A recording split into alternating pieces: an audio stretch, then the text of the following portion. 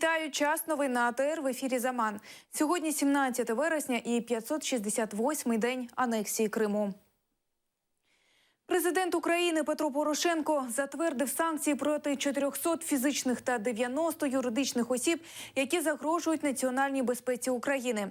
У перелік увійшли російські політики, губернатор Севастополя Сергій Міняйло, голова російської адміністрації Євпаторії Андрій Філонов, член Ради Федерації Федеральних зборів Росії від Криму Сергій Цеков, голова законодавчого зібрання Севастополя Олексій Чалий і екс-віце-прем'єр Криму Рустам Тіміргалієв.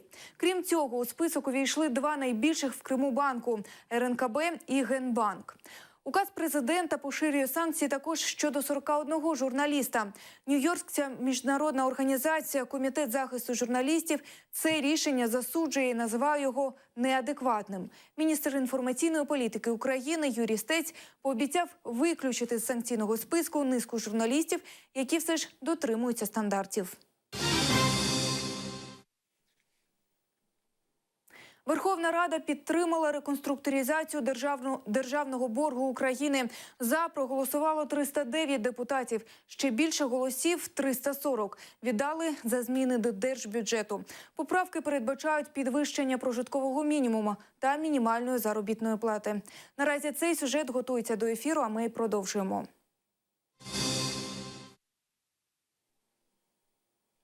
Прокуратура АРК відкрила кримінальне провадження через відкоркування в Криму 240-річного вина для Путіна і Берлусконі. Збиток оцінюється в більш ніж 2 мільйони гривень. Генеральний директор Масандри Яніна Павленка особисто відкоркувала для відомих політиків одну з пляшок унікального колекційного вина врожаю 1775 року, яке привіз до Криму з Іспанії сам засновник Масандри граф Михаїл Воронцов. Вартість пляшки такого вина за різними оцінками становить від 100 до 150 тисяч доларів. Прокуратура вважає, що цими діями незаконно назначеного директора так званого державного підприємства «Масандри» Яніни Павленко в державі Україна, оскільки це фактично є національне надбання всього українського народу, а не лише «Масандри», державі Україна, українському народу спричинена шкода у особливо великих розмірах. І відповідно до вимог Кримінального кодексу нам було розпочато кримінальне провадження за ознаками злочину, передбачено частиною 5 статті 191, тобто привласнення майна в особливо великих розмірах, а саме цього вина. Трьох співробітників скандальної перукарні в Сімферополі викликали на допит в Головне управління з протидії екстремізму МВС Росії. За словами перукаря Рустама Сіїтова, 3 дні тому йому подзвонили з управління і повідомили, що на нього і ще 2 співробітників кримських татар надійшла скарга. Нібито вони займаються екстремізмом. Рустем попросив повістку, але документ досі не вислали. Від кого скарга, теж не повідомили. Минулого місяця в одній з сімферопольських перукарень стався гучний скандал. Власниця салону заборонила співробітникам кримським татарам розмовляти їхньою рідною мовою і робити намаз на роботі.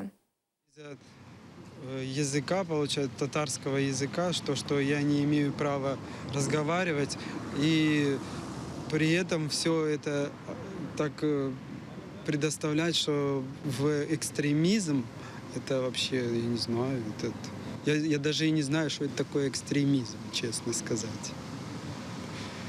Я не знаю, люди до такой степени, может быть, агрессивными, что аж дальше в екстремізм це все записати. Проросійські кримські татари проведуть акцію на кримському кордоні як знак протесту проти блокади півострова. Про це заявив голова міжрегіонального громадського руху «Крим» Ремзі Ільясов. Він запевняє, більшість кримських татар хочуть відвідати кримсько-український кордон, щоб висловити своє невдоволення тим, хто буде перешкоджати постачанню продовольства на півострів. Також кримський політик заявив, що особисто візьме участь у цій акції. Блокада Криму розпочнеться 20 вересня о півдні. Ви знаєте, що я практично во всіх регіонах бываю и встречаюсь с людьми, и когда вот такие заявления начинаешь обсуждать, как вы на это смотрите, абсолютно отрицательное отношение. Абсолютно отрицательное отношение.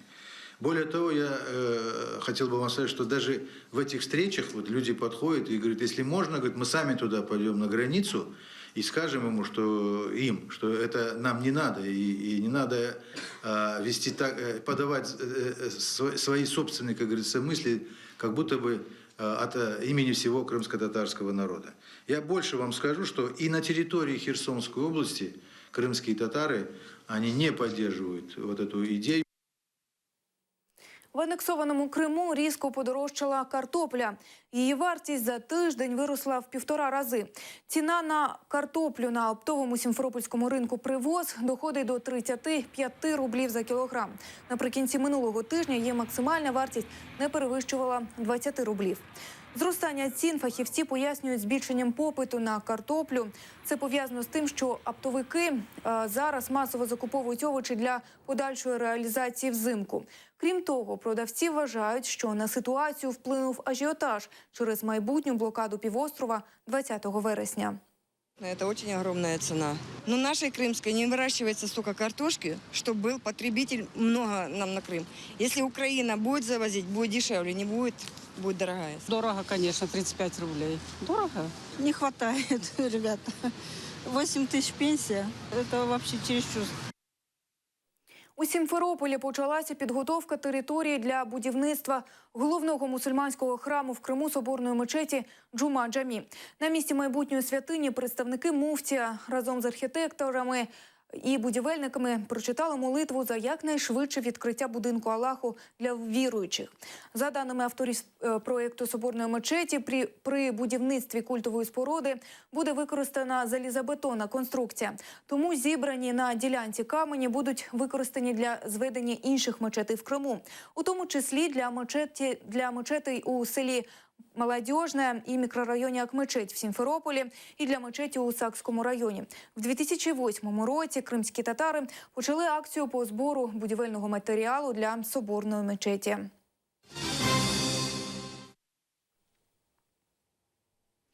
Мінарет середньовічної мечеті Шукрула Ефенді в Євпаторії може впасти в будь-який момент. Про це повідомили в адміністрації євпаторійського підприємства «Малий Єрусалім».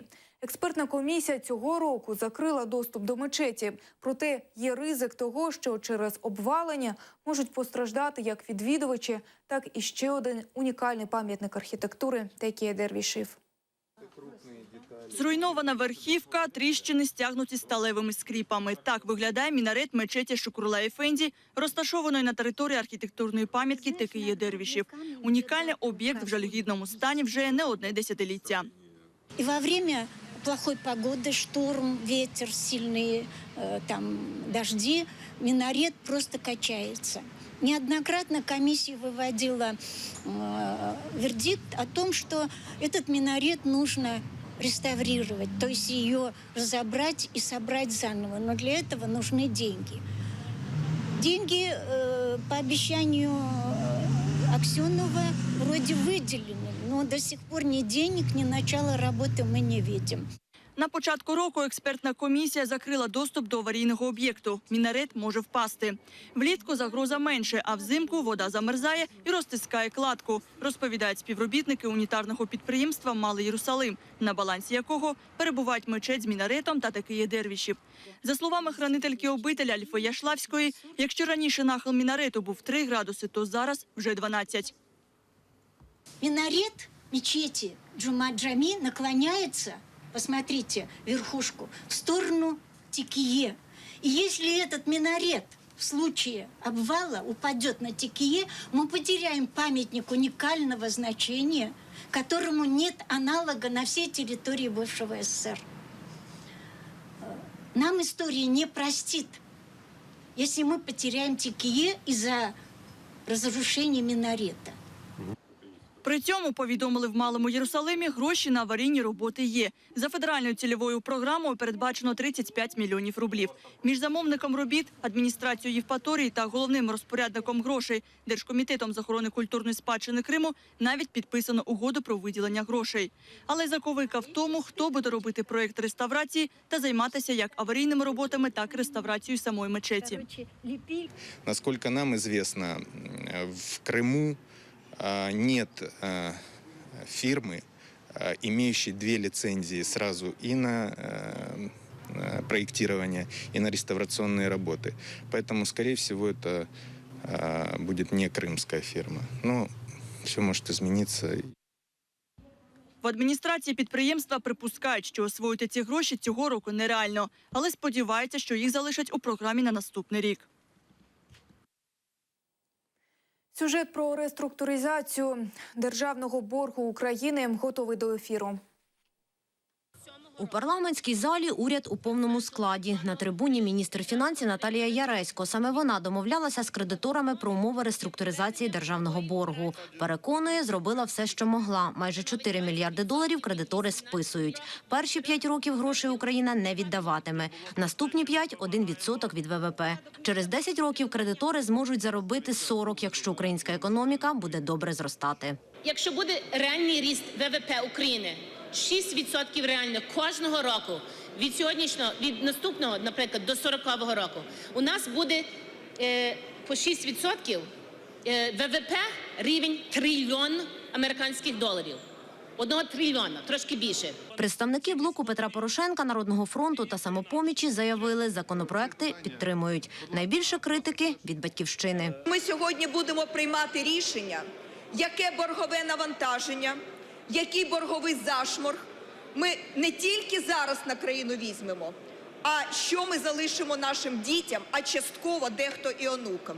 Захищати законопроекти береться прем'єр Яценюк. Пригадує Тимошенко газові угоди з Росією. Я добре пригадую, коли декілька років тому підхіхоньки були підписані угоди, які принесли 16 мільярдів збитків країні вже сьогодні. Цих 16 мільярдів країна заплатила зі збитків і з кредитів, які ми понабирались, а зараз повинні їх віддавати. Далі голосують. 309 депутатів підтримують. За голосує і «Батьківщина» та Радикальна партія. Український парламент продемонстрував коаліційному уряду, причому всі депутати, всіх фракцій і груп, що ми є надійними партнерами уряду. Натхнений такою єдністю депутатів Володимир Гройсман пропонує голосувати за відставку урядовців – віце-прем'єра Вощевського та міністра охорони здоров'я Квіташвілі. Ті написали заяви за власним бажанням. Віце-прем'єра звільняють, а Квіташвілі – ні. Депутати 4 рази голосували, але так і не зібрали голосів. Наталка Калінка, Ельдар Ісматов, Заман, АТР. До міжнародних новин. Мігранти намагалися прорвати угорський кордон. Через це почалися зіткнення зі спецпризначенцями.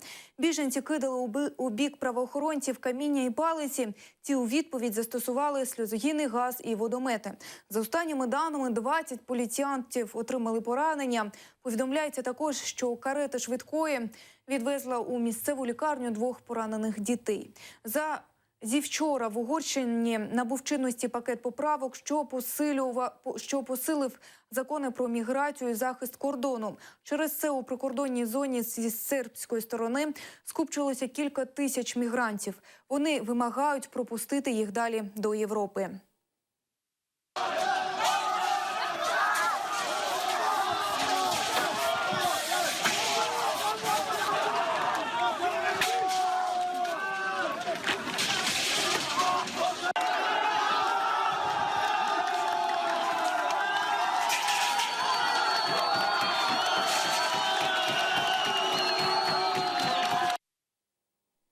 В Буркіна-Фасо стався військовий переворот.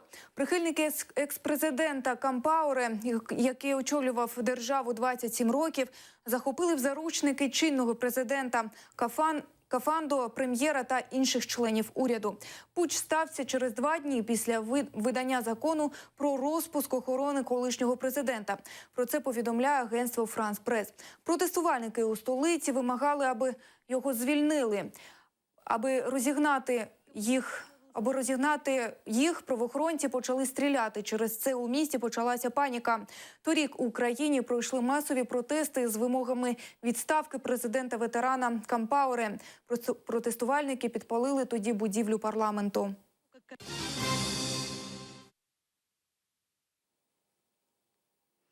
У Верховній Раді України представили книгу Надії Савченко, яку вона написала під час голодування у російському СІЗО.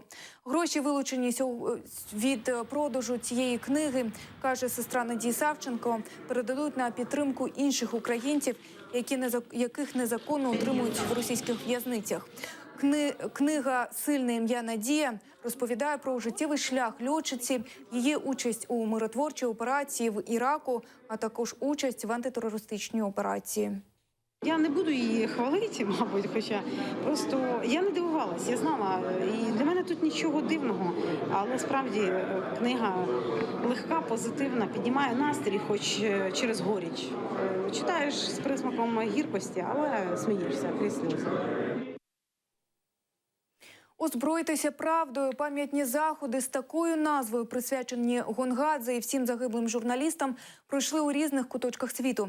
Мітинги пройшли на честь 15-ї річниці з дня вбивства українського журналіста Георгія Гонгадзе. В Україні акції організували у Києві, Краматорську, Миколаєві, Маріуполі, Харкові. Крім цього, українські журналісти, які зараз перебувають у Празі, також не забули вшанувати пам'ять колег, яких вбили за правду.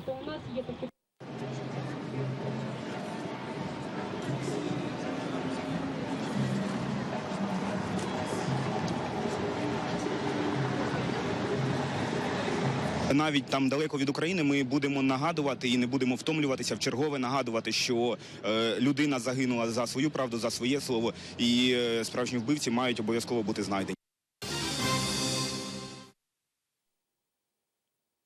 Переселенці з Криму намагаються знайти своє місце у Львові.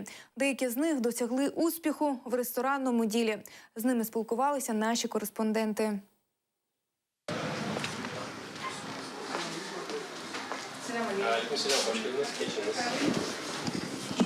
Руслан Аблімітов переїхав із родиною з Криму після анексії півострова. Вирішив створити острівець батьківщини у Львові. 1,5 роки тому відкрив кафе кримсько-татарської кухні. Каже, у місті на той час не було закладів халяль. В нашем кафе крымско-татарские блюда представлены. Картины, как вы видите, крымско-татарские. На экране телевизора пейзажи Крыма, которые напоминают и нам вдали от родины о своей земле, и присутствующим, которые, ну, я имею в виду из местных, которые не имеют возможности пока приезжать в Крым. Музыка и, естественно, радушный теплый прием со сторони персоналу. Кафе нагадує відвідувачам Крим. Серед них переселенці з Криму, місцеві мешканці і туристи. Так, я раніше не бачила таких кафе, а сподобалась мені кримсько-татарська кухня ще в Криму, і я з задоволенням сюди ходжу. Очень вкусно. Какое блюдо заказали? Заказали манты, заказали лагмаш. Вкусно. Кухар Зеня навчилася готувати страви кримсько-татарської кухні. Перші дні я придивлялась до тих стравів. Руслан мені все показував, як готувати. Трошки відрізняється від наших страв. Дуже смачні янтики. Це такі, як наші чебуреки, тільки вони обжарюються на сухій сковорідці, потім змащуються маслом, і вони дуже смачні. Кафе «Бахчисарай» Ельміри Гралової та її сина відкрилось пізніше, але стало найбільшим у Львові. Хоча був момент, коли власники хотіли його закрити. Дуже багато було складностей, проблеми з деякими місцевими мешканцями, безгрошів'я. Але я сама собі сказала, як це, тут був Бахчисарай, а тепер його не буде. Тому доклали багато зусиль. Ми маємо кафе в такому вигляді, яким ви його зараз бачите. За словами Ельміри, до закладу приходять в основному місцеві мешканці. Я другий раз, і мені дуже подобалося, особливо дуже смачний салат Бахчисарай. І взагалі обстановка дуже приємна. Власники закладу зараз працюють над інтер'єром, хочуть додати кримсько-татарського колориту. Допомагає їм в цьому постійна відвідувачка кафе, переселенка з Донецька. Подружились мы около года назад, приходили в кафе, очень нравились нам блюда татарской кухни и раньше, и сейчас. Потом попросили меня друзья помочь с дизайном кафе. Не дивлячись на ремонтні роботи, кафе працює і приймає відвідувачів. Ліля Зінідзін, Асан Імінов, Заман, АТР. Це все, що встигла підготувати наша команда на цей час. Більше новин дізнайтеся у вечірніх випусках «Заман». На все добре.